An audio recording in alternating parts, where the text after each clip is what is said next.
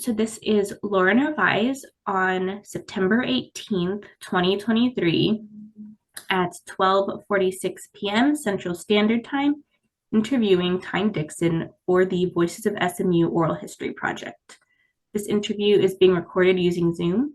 I am located in Dallas, Texas, and Tyne, you are located where? Houston. Tyne. Good afternoon. Yeah, good afternoon. Good afternoon. Hi. So There we to go. begin, Gotta get the oh, I'm light. sorry. No, go ahead. Oh, great, great. So to begin with, can you start off by establishing your connection to SMU? So what years you attended and what your degree was. Yeah. I went to SMU 2018 and 2022.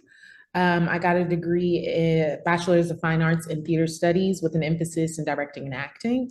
And then I also got a Bachelor's of Arts in Human Rights with a specialization in public policy. And then I got a minor in public policy and international affairs as a Tower Scholar.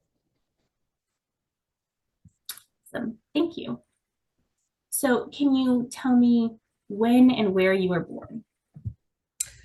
Yes, I was born in Houston, Texas, uh, May 19th of the turn of the century, 2000. And I'm from Third Ward. So what was your neighborhood like when you were growing up for you? My neighborhood. Well, I rep Third Ward hard. I am super proud of where I come from in that neighborhood. The Trey, my neighborhood was varied, varied and diverse in the communities that are centered in Third Ward because of the historical um, influences and abuse. So, I mean, we had college communities, Texas Southern University, University of Houston. We had very low income communities, public housing. And then on McGregor, you would see mansions, Black people living in mansions. So I feel like I got a little bit of it all. I think it's a really deep rooted sense of community, but it's also, influenced by gentrification and being inner city, so close to downtown. There's so many hands in the pot. So I feel like even at a young age, I was noticing that. Yeah. And can you tell me also a little bit about your family? Yeah. I have two younger brothers, my best friends. And then I did grow up in a two-parent household with my mom and my dad for the full 18 years. Um, my family is both my parents are actors, but they also have other jobs. So I grew up in a very emotionally filled, um, super socially conscious um, family. You know, we were very rambunctious, I guess is a better word than volatile, but it was to this day we're all still super close. So yeah. And my younger brothers are 4 years younger than me and then 12 years younger than me. So now they are 18 and 12. So or 19 and 12. Can you sort of walk me through like an average day in your household? Mm, yes. At what age? Maybe when you were a little bit older, so kind of in somewhere in your teen years. Teen years? Okay, yes. Yeah, so average day, um, oftentimes my mom was the one to get us all up and ready for school. And that was like a whole day within itself because three kids. Um, by the time my brother came along in high school, it's three of us. Um, I went to performing arts high school, so I would be off doing that until late in the evening. My parents would be off either working multiple jobs or at rehearsal themselves. So they were off late in the evenings. My brothers both played both play sports. So we were an extremely busy family. I wouldn't say, family dinner was ever part of our daily routine. Maybe, at the end of a long day, we're catching up in the kitchen. Um, Let me think what else. My mom also had flexible working hours, so there is possibility that she would show up at school for lunch or different things like that. And on a weekend, girl, if we weren't we are chillers. Like when we're not out, we're chilling in the house. So we were watching movies. Very much grew up to be a homebody. So yeah. And so what role would, if any, would you say that like culture and religion played in your household? Mm. Culture and religion played a huge role in my household because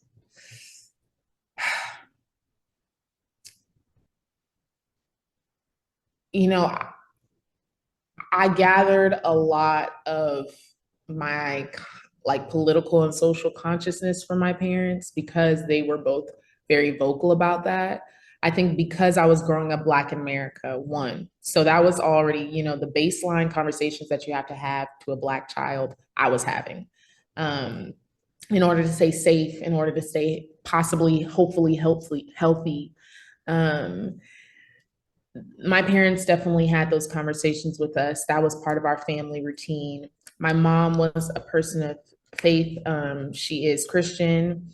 I grew up in the Lutheran church. So that played a huge role in my spirituality, even as it connects to my culture, because, you know, I was getting lots of speeches as a young kid about um, the history of my people, and all that ties into spirituality. So, all of that to say, I feel like by the time I got to high school, I knew that it was time to be like, or not that it was time, but that I was going to be a person that was very much pro Black power, very much pro freedom, like pro doing what works for you, because that is like the history of my culture and what I learned growing up. That was a long-winded answer. I'm very long-winded, by the way. I'm so sorry in advance. Oh, don't be sorry. That's great, like for interview purposes. Okay, fingers crossed. Yes, but yeah, that's all I'm saying. Mhm. Okay. So can you talk a bit about your high school years and kind of like the road leading up to your choice to attend SMU? Oh, yeah. Yeah, I can. Yeah, so I went to performing arts high school mainly because I loved theater since a young age, but also because um, I knew I went to a accelerated academic program for 9 years prior to high school, and I knew I didn't want that environment anymore. It caused a lot of stress and anxiety, but I knew that I didn't want to go to just a normal high school, ones that I was zoned to, especially because um, the ones that I'm zoned to in Black neighborhoods here in Houston are extremely underfunded and under-resourced. So I ended up at PBA. However, that created an environment of um, extreme artistic stretch and extreme artistic investment. And so going to college, I knew that I wanted to do a double major of some sort. And by the time I got to senior year, I had realized all of these small little, like either I was working with the Black Student Union trying to get that started. I started leading or stage managing and working on the backside of our Black productions at school. When there was this massive upcry because the Black History production got canceled, but the all school musical production didn't get canceled. You're getting all the theater politics right now. I was one of the main people that was extremely vocal about that because I knew that I saw injustice and I didn't like it. Um, and so all of these things like kind of started to come together, and I realized I wanted to do some type of political science major, something like that.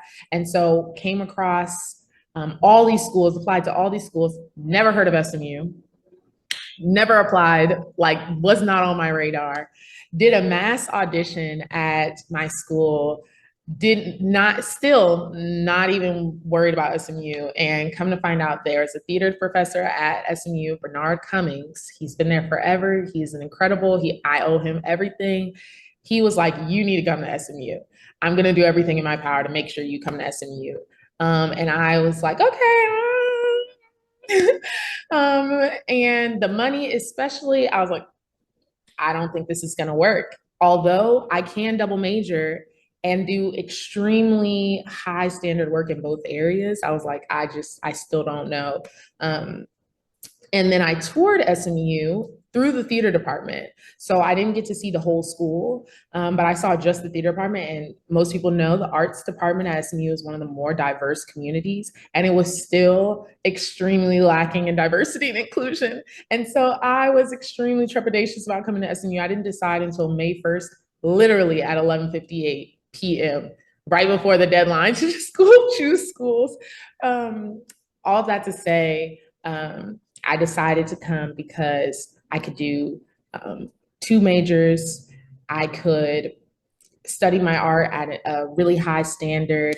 I knew that there were people at SMU that were fighting for me as a Black woman. And so I was very hopeful and prayerful that that wouldn't get lost, and that I wouldn't have any huge issues while I went there. So yes, and it's close to home, but not too far, but also far enough. Yeah.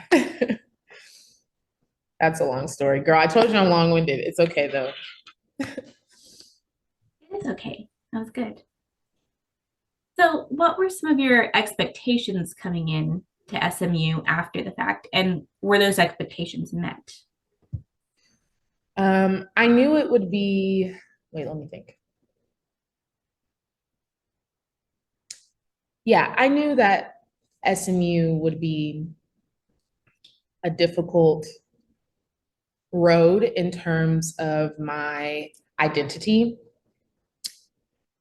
But my expectation was I'm going to get the best education that I can. This scholarship covers a lot. Doesn't cover everything. I'm going to struggle financially, but I'm going to figure that out too.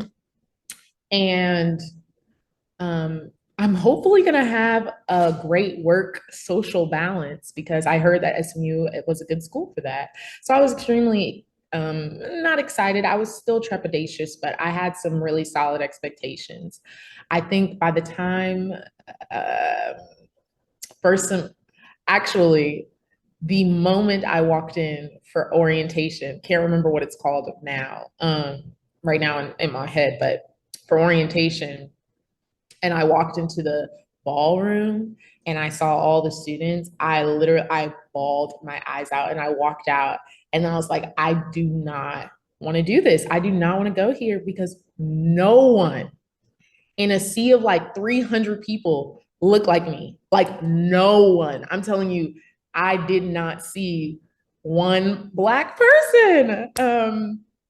So all that to say, my expectations were pretty much shattered before the first day of school. However, by the time the first semester was concluded, I felt like, in terms of my education, I was extremely satisfied and I was excited to learn more. Um, in terms of, however, I knew that poli-sci probably wasn't for me because um, again, extremely lacking in representation, even in the curriculum itself. Um, but I was shattered when it came to like being like held as a Black woman on a college campus. I had to completely reframe, what my next 4 years was going to look like. And it continued to be reshaped. And yeah, but I did find community, small pockets of community, very small, but very valuable, very beautiful, and super loud, like super vocal, conscientious people, both students, professors, and staff. And so I did have an expectation that that I would be held in certain communities, and I was. So yeah. Can you speak a little bit more to sort of the pockets of communities that you did find when you got here? Yeah, definitely. I think when I graduated, the numbers were something ridiculous. Like I want to say something under 100 non-athletic Black students. So it was like when I say small community, did not expect that, was not ready for that. The culture shock honestly was so upsetting to my college journey because there was nowhere I felt like I could be my authentic self. There were no people that were interested in being around someone from my background.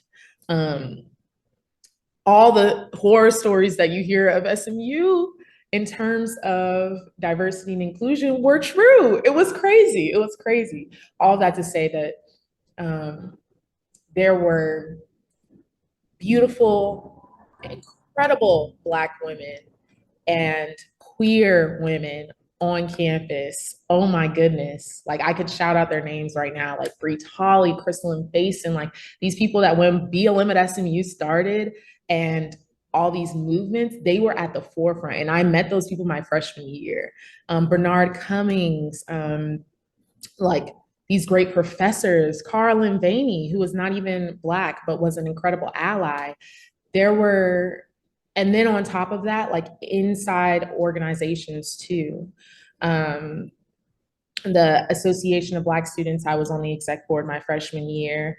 I'm trying to think, freshman year seems so long ago, but it wasn't. Especially being an artistic student, I had an incredible community inside the 18, I think, no, it was 30 my freshman year. It was 18 when I graduated of theater majors. Um, and so there were like small, and I mean small, almost like individual, but those were the people that I grasped onto, that I spent all my time with, because I didn't feel safe isn't the word. I didn't feel connected anywhere else but when I was with those people or in those communities. So that is truly where you would catch me on any given day at SMU, would be with those people and in those communities. Yeah, so a lot of the big SMU culture, I didn't really understand or know until way later in my career, like the Greek life, the white Greek life, um, what else? The like student politics. I didn't understand any of that until later because I was simply trying to like stay afloat and stay happy and healthy and thriving, like with those small pockets of community. And then my sophomore year, I found the human rights community. And that's when I truly set in to SMU. That's when I knew like I have people here who are on the same wavelength as me, who are fighting for the same things. Yeah, the human rights community like flipped it all on its head. That's when I found more people. I was connected way throughout campus in way more avenues. All of the human rights organizations I either dipped my hand into or I was emailing saying, how can I help? Or what do you need support for? So yes, yeah. Okay. So I want to ask, I guess, before I move on to a couple of other questions. When all this was happening, were you living on campus or did you choose to live off campus? Yeah, so I was living on campus, and actually I became an RA my sophomore year because one of those expectations about SMU that I would be able to struggle financially but still make it, uh, completely shattered. SMU is extremely expensive, and the burden gets heavier as you go along, which is something they don't tell you when you start. That your scholarships start to rescind or little things start happening. Even when I did become an RA, I actually lost the scholarship. So it actually canceled out the financial help that I got from being an RA. All that to say, I lived on campus all 4 years. Yeah, and it's so funny to be that entrenched in like the housing community, um, and like Hub and the RA community and all these things. Like I was so involved in campus, and yet I felt so disconnected isn't even the word. I felt so um like marginalized, I guess is the word. Because I wasn't an RA, because I loved the community that I built as an RA and that my team built, but at the same time, I wasn't an RA because just because it was like a great job. I was an RA because I was struggling financially to stay at SMU. I almost transferred my freshman year. So all that to say, yeah, I witnessed everything firsthand. The flooding in Mary Hay, I saw it. I will attest to that to this day. Were you in Mary Hay, or were you just like near Mary Hay? I lived in Bose. Shout out to the Bose community. And then I lived in Smith and Peyton. No. Oh my goodness. It's so crazy that I just graduated, girl, and I can't even think of the names. Oh, I think I just blocked it out of my memory. I can't even think. Perkins. I lived there, and then I lived in Moore, and then I lived in Daniel House, which is now Thomas House, I think. Yeah. But because I was an RA, I was getting the videos firsthand of the flooding that was happening in Mary Hay Paved Shuttles. I saw it. I lived in Perkins. I don't even think those are active housing anymore because it was not really a great environment for students and thriving. Gotcha. Thank you. Um, so can you tell me kind of what maybe your most memorable experience was at SMU? Oh, my most memorable experience. That's so hard. College is like so formative. um, I genuinely don't think I could narrow it down to one memory, but I will say that the first thing that did come to my mind was giving the speech, my first speech ever as a so-called activist, which I still sometimes feel weird calling myself an activist, but at the BLM at SMU March in 2020. BLM had just gotten started.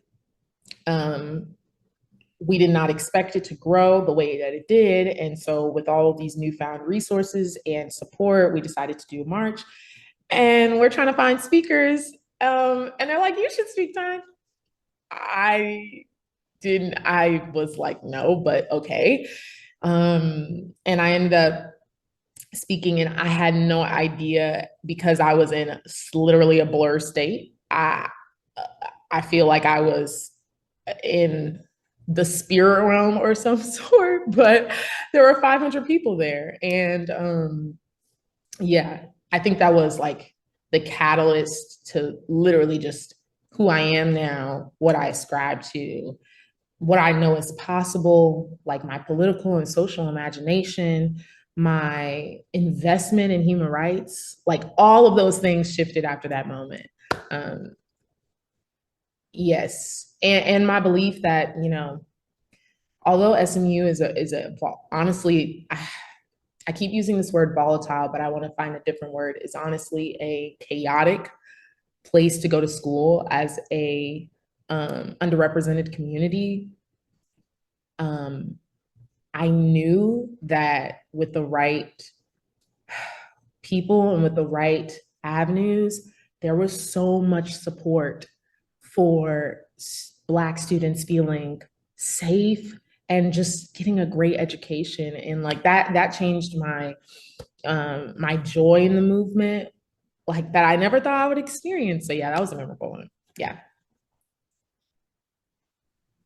And so, kind of on that note, would you mind talking a little bit about your experiences with BLM?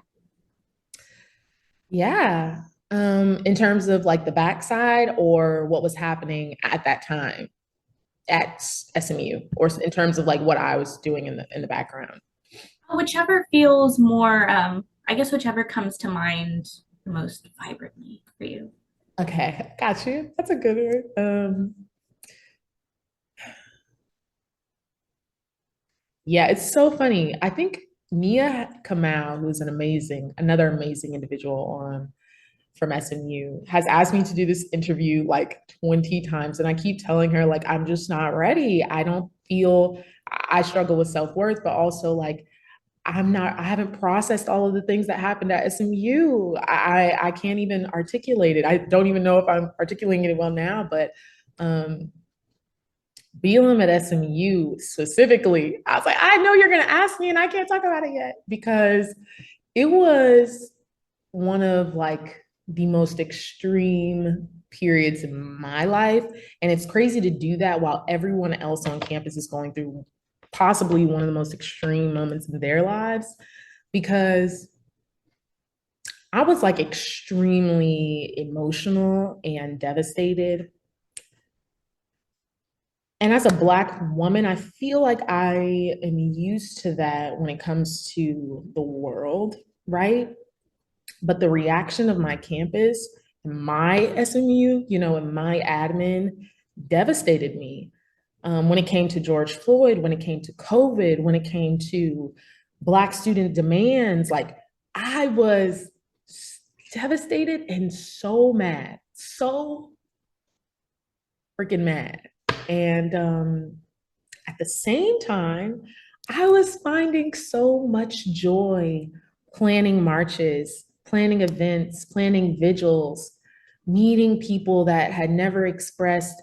When I first got to SMU, you could not wear a Black Lives Matter shirt. Literally, I was like, nah, girl, I'm gonna wear my shirt. I don't care. I would wear that shirt to the dining hall, and there would be people walking by me, like, what are you wearing? Like, looking at me, like, upset. So all of that to say, flipping back to BLM at SMU, meeting people that were like, I'm gonna wear my shirt, like that blew my mind. And so there was like extreme joy and extreme devastation going on at the same time. And then there was even,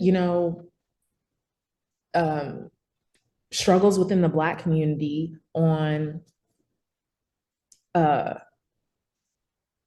okay, how are we going to plan this? How is this going to happen? How are we going to present this to the admin?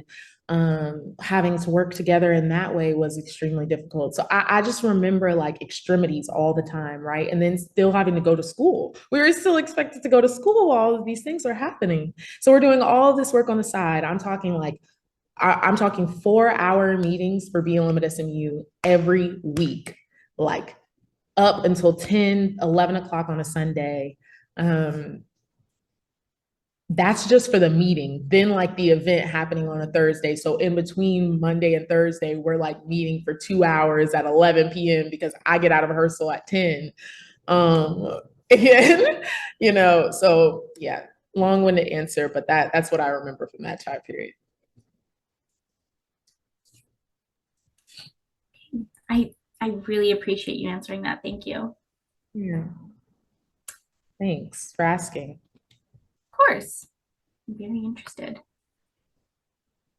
So, kind of in terms of academics, what do you think gave you the most support or the most resources to be able to finish your degree? Hmm.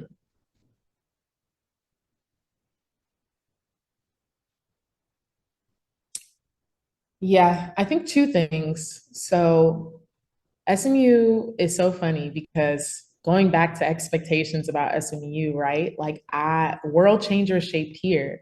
I was ready to get an intuitive, critical curriculum and an academic support that would really support me and the social change that I was a part of, the community organizing that I was doing.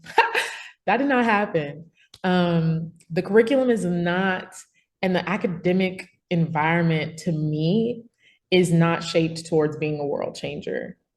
Um, However, there are many places in which you can find that in the academic community at SMU. I guess I just mean as an overall overarching. But I was incredibly supported by the human rights program at SMU. Like as soon as I switched my major, um, everything changed for me academically. I was finally in classes that were challenging me. Um, I was finally with professors that would follow up with me about not just like my professional career, but my personal life. Um, I was given I mean, I can't even tell you a scholar. I was with the Santos Rodriguez Scholar. So not just like academic resources, but financial support to finish my degree.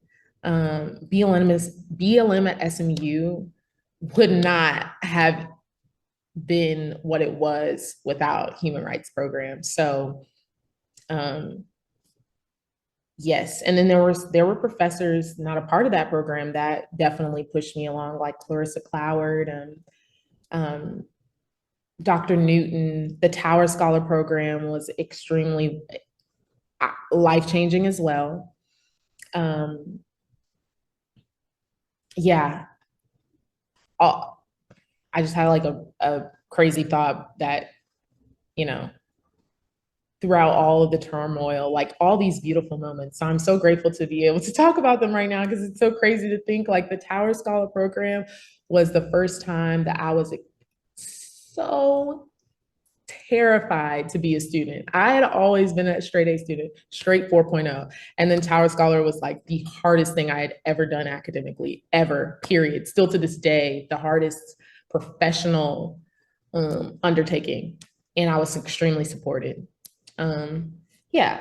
And then on top of that, I think um, SMU is an interesting social environment. And my academic theater degree came with like a lot of support for my human rights degree because they were the ones holding me up, um, pushing me to be the best person I could be. I didn't find anyone on SMU's campus that was pushing me to be the best me that I could be, both academically, personally, professionally, than in the theater program, and honestly in Meadows in general. Um, so yeah, definitely those two places. And then, kind of on the other side of things, is there anything that you feel would have kind of hindered your success, or anything um, that the university could have done to better support you?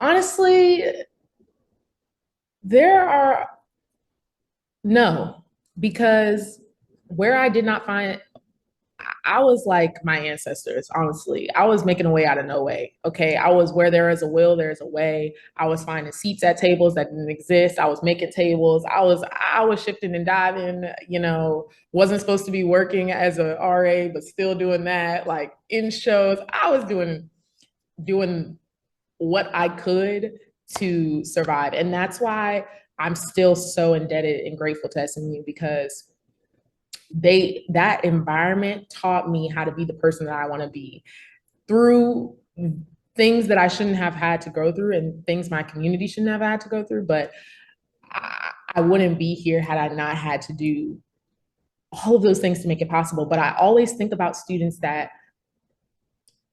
didn't tap didn't have the access that I did or didn't find the access that I did.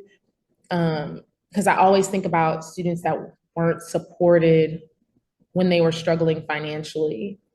And the financial aid office said, there's nothing we can do. You either have to pay or leave. Students that couldn't find housing because they were over capacity at housing, right? So I'm an RA, but like my Black brothers and sisters on campus having to live in apartments because there's nowhere for them to go. Um, and I met students like that quite a few times. That wasn't an isolated incident. Um, Places that, I mean, teachers that would send emails like, you need to provide proof of your hardship, or I don't care about your hardship, whatever background that is. Um, yeah, so all that to say, where am I I'm saying that personally, I can't say that, but I can say that there are many areas at SMU where there are extreme gaps in lack of support. Um, on top of just like the fact that it's not a diverse school. So if you need support through being an LGBTQ member, a marginalized community member of any sort, it's low numbers to find it. Yeah. So I hope that answers your question. I feel like I'm all over the place, but yes, there's gaps in support for sure. So, when you reflect back on your time at SMU as a whole, how do you feel about it overall? Hmm. I also want to say too, to your last question, because I just thought about it, that there is there were many students on campus that I found had dreams that were not supported on at SMU, whether that be starting an organization, whether that be participating in organizations. If you did not um, have the right connections, the admin and the students could be some of your biggest barriers. Um, so yeah, I also was wanted to say that. But when I look back on my SMU experience, what was it? I'm sorry. Oh, just kind of like, what are your feelings about your experience sort of as a whole? Oh, hmm.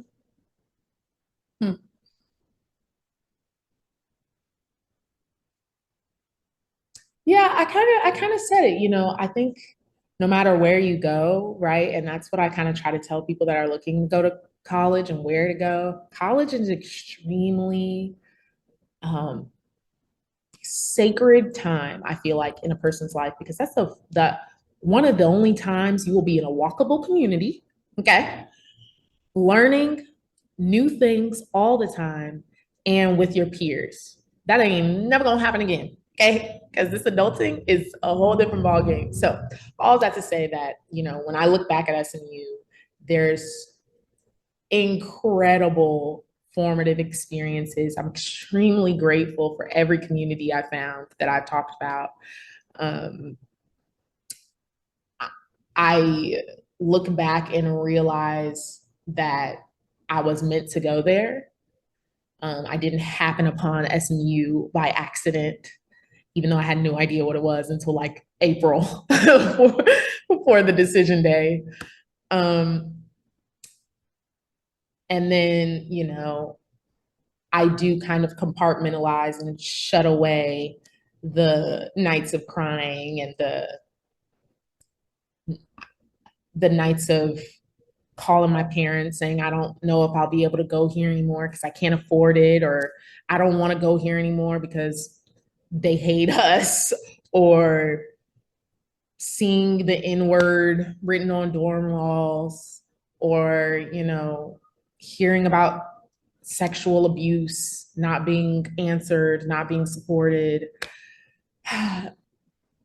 um, the times where I raised my hand and asked questions about things that I knew to have read outside of the curriculum that were completely shut down.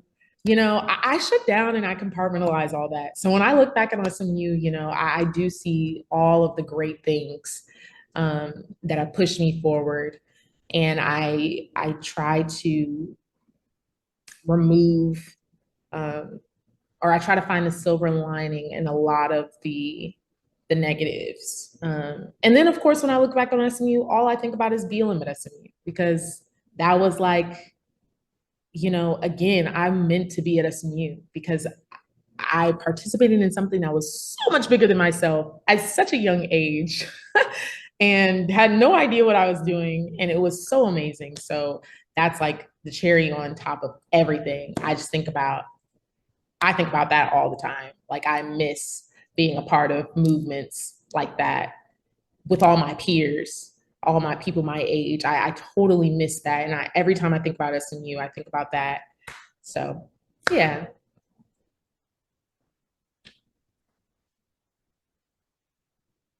Oh, I think, wait, is it my volume? No, it was me. But Okay. thank you so much for sharing that.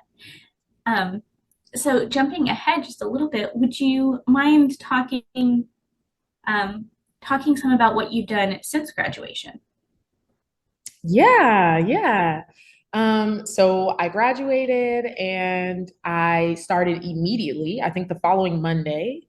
Yeah, it was the following Monday as a DEI consultant for a corporation, a global relocation corporation. Um, and I hated it. Post grad depression is real. And on top of that, I hated my job. I was struggling. I was struggling.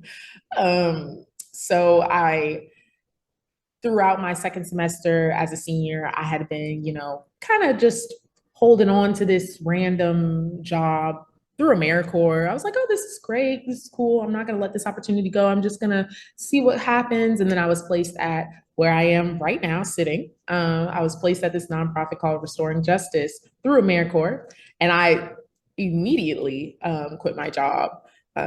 Also, it was time to move back to Houston for personal reasons as well. So it all worked out. And I started working here. It is a nonprofit for holistic public defense.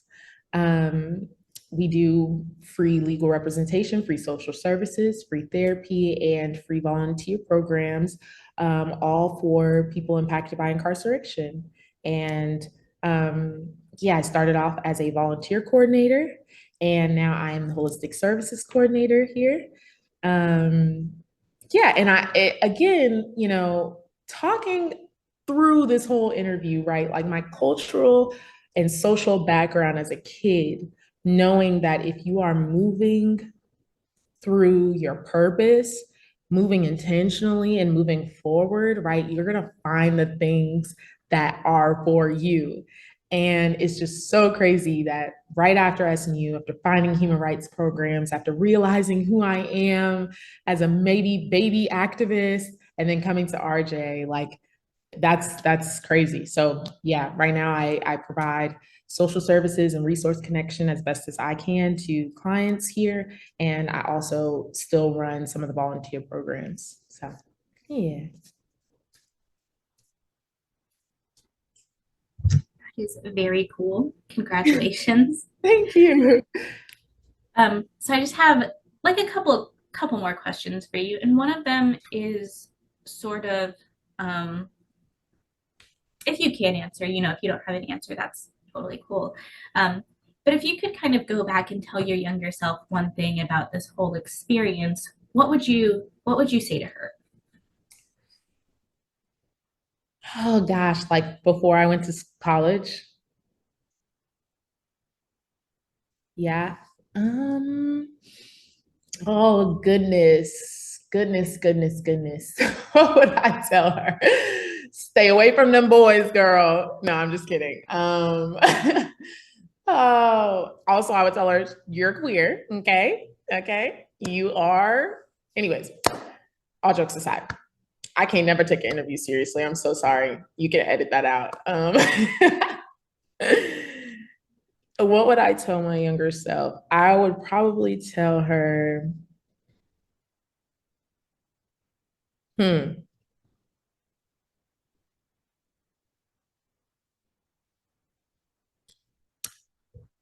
oh gosh, I would probably tell her, don't worry. Um, Probably tell her, don't worry, stay strong, and stay the course because I think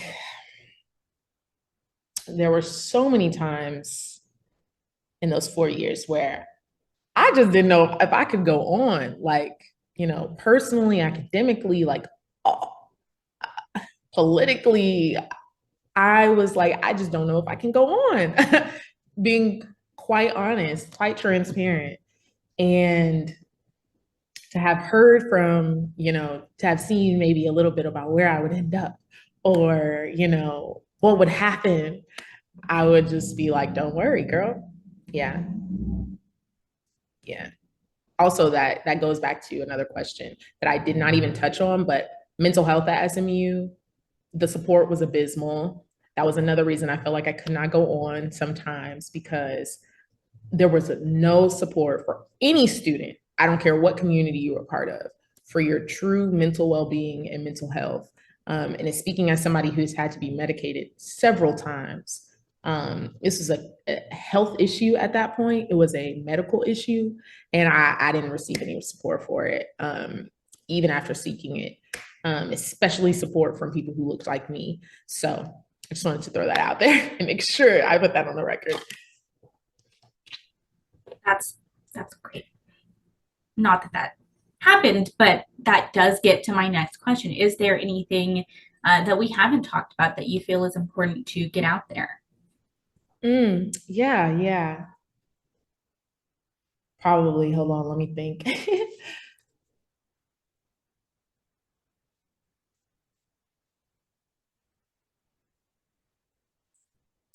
Yeah, I guess just, small things come up from SMU, like mental health support being abysmal. Um, there was one time, like very recently, that there have been GoFundMe's opened for the dining hall workers at SMU. And I've seen that before while I was a student there. Um, that to me boggles my mind because they are the backbone of some of the work at SMU, and the fact that they need GoFundMe's opened to survive is extremely bothersome to me. That's a very random thought though. Let me think about more um, more important things or more larger issues. Um,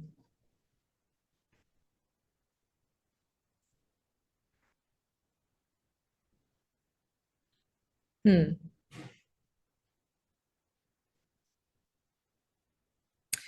Yeah, no, I think we touched on it. I think we touched on it all. I think at the end of the day, um, I'm really glad that like this oral history project is happening because it's so important to look at what has happened at SMU throughout the years because we often forget, right, that like the same thing at SMU has happened year after year after year after year after year when it comes to the marginalized communities that go there, when it comes to the people that can't go there because it's too expensive, when it comes to like just all of the issues that we know are a problem at SMU.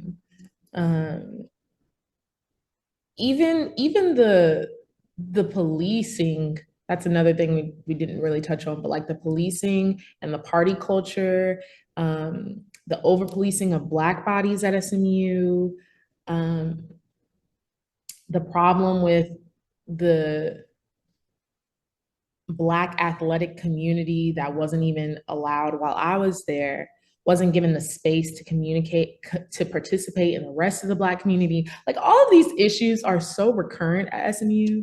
And it's just so important that we like continue to talk about them, but also to hold our institution accountable as one of the richest institutions, collegiate institutions in the country. For them to have the same problems consistently is just the most frustrating thing I could, even ever put into words. So I know we've already said that. So I guess there would be nothing that I would say like specifically. Yeah. Okay. Well, Tiny, you've answered all of my questions, and I really appreciate you sitting down to talk with me today.